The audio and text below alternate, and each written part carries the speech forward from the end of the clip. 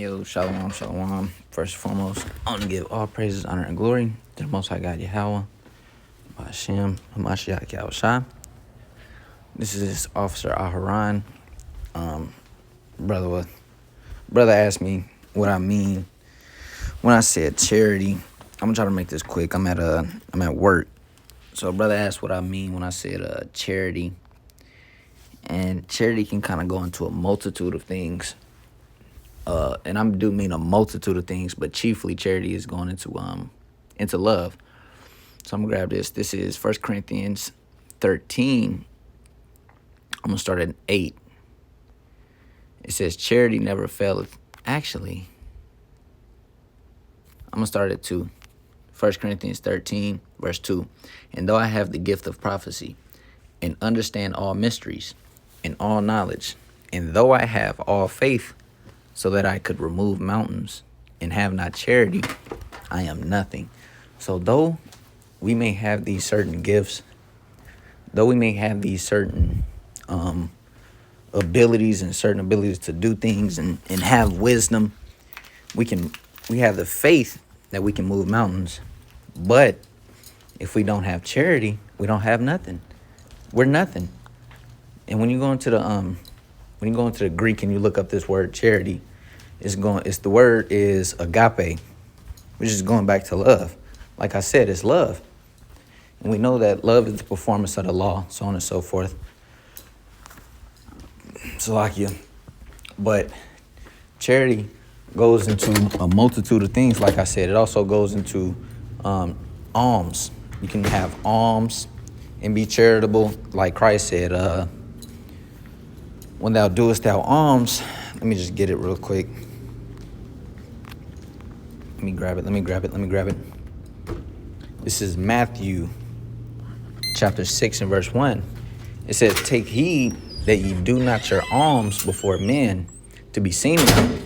Otherwise ye have no reward of your Father which is in heaven. It says, therefore, when thou doest thine alms, do not sound a trumpet before thee, as the hypocrites do in the synagogues and in the streets, that they may glory of men. Verily I say unto you, they have their reward. But when thou doest alms, let not thy left hand know what thy right hand doeth. What is that going into? What does that mean? When you're going out and giving alms, and you're giving things like food to the homeless, you're giving shelter to people, you're giving warmth to people, so on and so forth. You want to kind of be quiet about that. You don't want to go make a boast about it. Salakia. But you don't want to make a boast about your alms. That's why I said charity goes back to love. Alms is showing love. Literally, it's just showing love. You don't want to make a boast about what you do. Like Drake. Drake made a video. I believe it's called God's Plan. He made a video. And what did he do? He went across, I can't remember where he was at. He went across and gave people a bunch of money. And while he was doing that, while he was giving people a bunch of money, he was sitting there recording it so everybody could glorify him for what he did. So everybody can boast of his works and he can glorify in his works. That's why Christ said that they had a reward. Their reward is men boasting of them. Their reward is men seeing them instead of the Most High God seeing them and the Most High God giving the reward. Their reward is of men. Let me see. There was another precept I wanted to grab in Peter. I think it was Peter. There we go. This is 1 Peter chapter 4 and verse 8. It says, and above all things, have fervent charity among yourselves, for charity shall cover the multitude of sins. Charity shall cover the multitude of sins. Let's see what else covers a multitude of sins. Boom, right here. Proverbs 10 and 12. Hatred stirreth up strifes, but love covereth all sins. Love covers all sins. That's what it's going back to. You showing love to your neighbor. You showing love to your brother. you know. And of course, certain things about love go back to the law, but you know, chiefly it's going into the spirit of the law. You showing love. That's the spirit behind the law, you know. You can't really show that too much in the letter of me just clothing my brother when he needs it. You know, at least I haven't found it. It could be there. You know, the law is perfect. But the spirit is to show love, to show alms, to give alms, and to be charitable one to another. Being charitable is also going into teaching. Just like I said in my other video. He said, lovest thou me? He said, feed my sheep, feed my flock.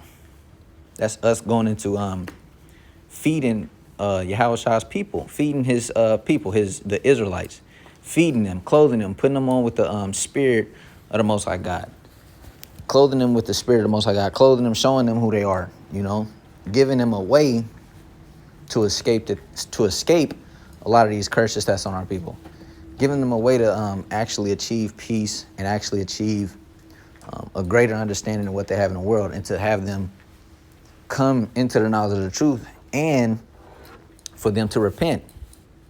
You teaching somebody that is being charitable. You teaching somebody that is giving alms. You're doing that, you know, but it doesn't hurt. It never hurts to do it on a physical level. Let me grab this. We always pull this.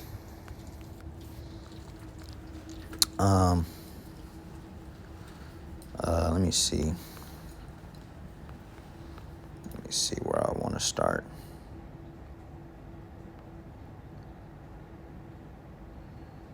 Boom. Boom. James 2:14 says, what doth it profit, my brethren, though a man say he hath faith and have not works? Can faith save him? If a brother or sister be naked and destitute of daily food, and one of you say unto them, depart in peace, be ye warmed and filled, notwithstanding ye give them not those things which are needful to the body, what doth it profit?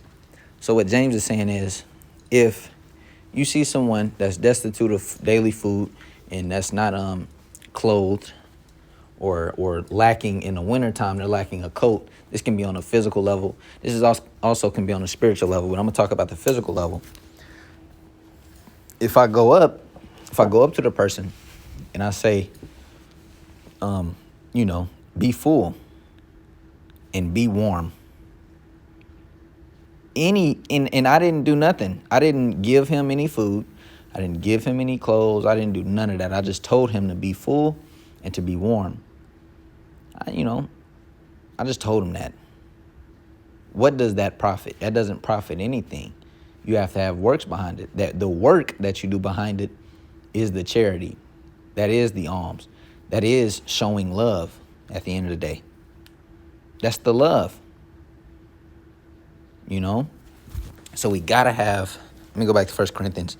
We got to have love. We got to have charity. We got to have alms. We got to do all these things and be merciful one to another.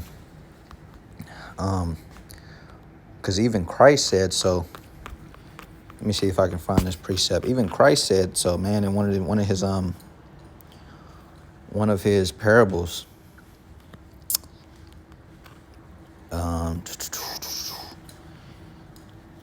Matthew 25,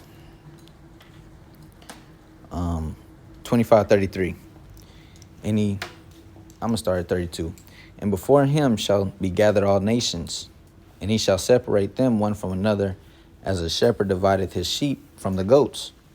And he shall set the sheep on his right hand, but the goats on the left. Then shall the king, which is Yahushua, then shall the king say unto them on his right hand, come, ye blessed of my Father, inherit the kingdom, prepared for you from the foundation of the world. For I was an hungered, and ye gave me meat. So, he said, I was an hungered, and ye gave me meat. That can be on a spiritual level, and that can be on a physical level. Chiefly on a spiritual level, but it's also good to do it on a physical level. I think I said that right. Chiefly it's on a spiritual level, but it's also good to do it on a physical level. It says, I was thirsty, and ye gave me drink. We're supposed to give them this everlasting water that they thirst not again. We know this. But it's also beneficial and it's also showing love if you do it, if you give someone something to drink if they're in thirst. And it says, I was a stranger and you took me in, bringing them back into the fold, bringing them back into their nationality and showing them who they truly are. It says, naked and ye clothed me. What does naked mean? That means they're shameless. They're in sin. They're in sin, but we gave them the covering of the Most High God. We gave them the true understanding of the Bible that they may cover themselves up. Also, on a physical level, you can also give a brother clothing if they are naked. You can give them clothing if they are in the winter time, and you can, clothe them up. It says, I was sick and ye visited me. I was in prison and ye came unto me. This is going into people trapped up in they ways and trapped up also in prison houses and going unto them in the prison. It says, then shall the righteous answer him, saying, Lord, when saw we thee and hungered and fed thee, or thirsty and gave thee drink? When saw we thee a stranger, or took thee in, or naked and clothed thee? Or when saw we, when saw we thee sick, or in prison, and came unto thee? So the righteous men and women are like, Lord, I don't remember ever seeing you, because this is Yahushua talking. Yahushua, like, you clothed me and you fed me and this, that, and the third. And they're like, we didn't see you, Yahushua. What are you talking about? Verse 40, and the king shall answer and say unto them, verily I say unto you, inasmuch as ye have done it unto one of the least of these, my brethren, ye have done it unto me. So Christ is saying, if you've done it unto the least of my people, unto the least of the Israelites, you've done it to me. If you do it to anybody, you've done it to me, going into our brethren, our neighbors. If you've done it unto them, you've done it unto me. That's what's going into charity, man. That's a lot of charity. That's a lot of love. You get that 1 Corinthians 13. I want to jump down to this, verse 8. It says, charity never faileth, but whether there be prophets, they shall fail. Salakia, whether there be prophecies, they shall fail. And what it means when it says they shall fail is just going and they'll come to pass, and it'll be, null and void after that.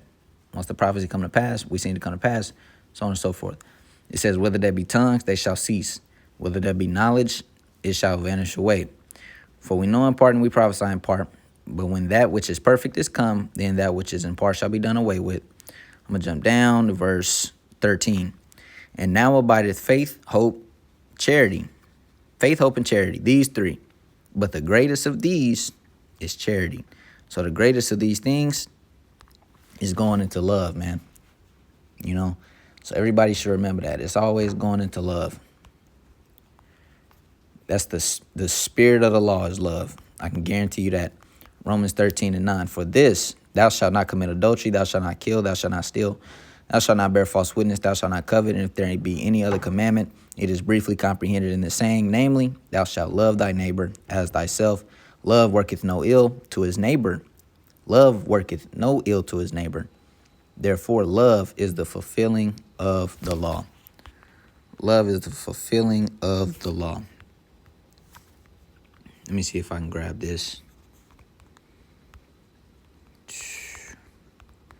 Can't remember exactly. Can't remember exactly. I know it's in 2nd Esdras, but I don't actually got my book on me right now because I'm at work, like I said. This is 2nd Esdras 2:40. It says, take thy number of Zion and shut up those of thine that are clothed in white. Clothed in white meaning they are pure, undefiled. It says, which have fulfilled the law of the Lord. And then when you read down, it's going into them getting crowns from Yahushua, man. They fulfilled the law of the Lord. They were actually charitable. They actually gave alms on a spiritual level and on a physical level. You do not want to neglect alms. You don't want to neglect any of these things. He said, if you've done it unto the least, then you've done it unto me. You don't want to deny your brethren and your sister these things.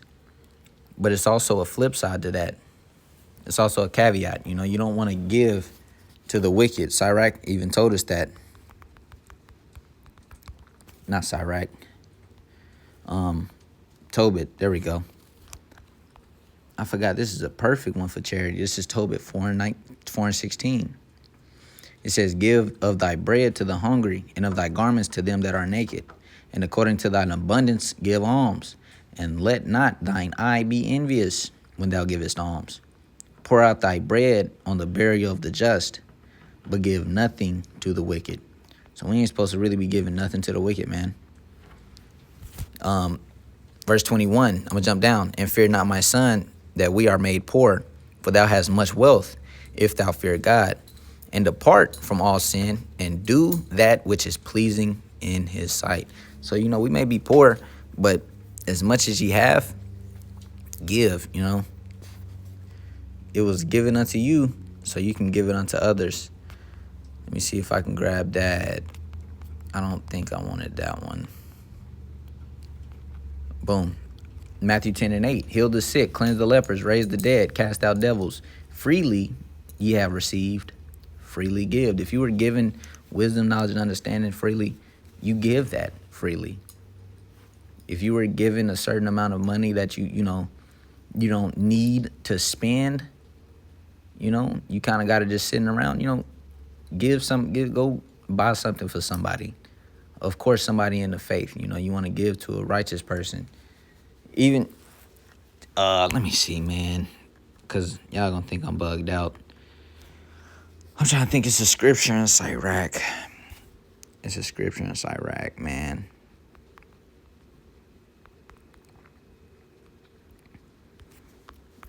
Oh, man. I can't remember it right now.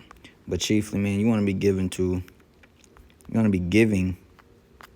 to people that are righteous. Because here's the reason why. If I have a lot of money, right? Say I got a lot of money, and next thing you know, I go out and I give a lot of my money to a person who's wicked. What is the person who's wicked? What is he going to do with that money? He is going to spend it up on maybe drugs. He may spend it up on certain things. He may buy cigarettes with it. He may use it unwisely and ultimately could kill himself from it. He could OD on it, overdose on some drugs or something, that money that you gave him. So that's why it's best. That's what I'm saying, to give chiefly to the righteous, Of course, you can give food. People can't really trick that off. You can give food to a lot of people. They can't really trick that one off, Somebody say you got some money, be like, what for? They'll let you know what for. You can go in and buy it for them. That's kind of how we like to do it, Let me go buy it for you. Instead of us just putting the money in your hand into somebody's hand that we don't know, and then they tricking it off and they fumbling it. So, Lord willing, that was edifying somebody. With that, I want to give all praise, honor, and glory to the Most High God, Yahweh, by Hashem, Mashak, Yahushua, and say, Shalom.